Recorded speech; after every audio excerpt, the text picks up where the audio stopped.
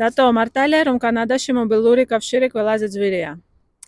კი, საკმაოდ ძვირია. $60 ვიხდით მარტო სახლის Wi-Fi-ში და მე ვიხდი დაახლოებით $150 მარტო ჩემ ტელეფონზე. მართალია რომ კანადაში ყველა ბოჯეში გიხდის?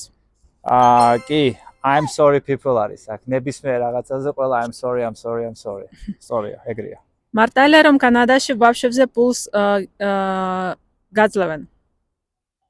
კი, არ აქვს მნიშვნელობა თუ კანადის მოქალაქე ხარ თუ არა.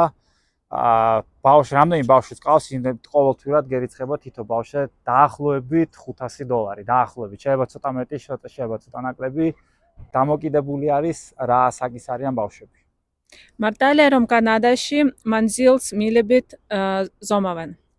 არა, მანძილი იზომება კილომეტრებით, მაგრამ ასევე სანტიმეტრების მაგივრად იყენებენ ფიტებს ან ინჩებს. მართალია რომ კანადაში მიგრანტებს ბიზნესის კეთება არ შეუძლიათ? არა, ტყუილია, ბიზნესის კეთება ყველა შეუძლია, უბრალოდ ბიზნესი ემიგრანტს არ ეხმარება არც ერთ საბუთის აღებაში. მართალია რომ კანადაში ყველას თავისი სახლი აქვს და გირით არავინ ცხოვრობს?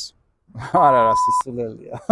ზოგი ქირით არის, ზოგს თავისი სახლი აქვს, მაგრამ ვისაც თავისი სახლები აქვს, ისინი მილიონერები არიან რა, ანუ სახლის საკმაოდ ძვირი ფუფუნება აქვს, როგორც ფაქტურად ყველგან. ისე უმეტესობა კი ქირებით ცხოვრობს ყველა.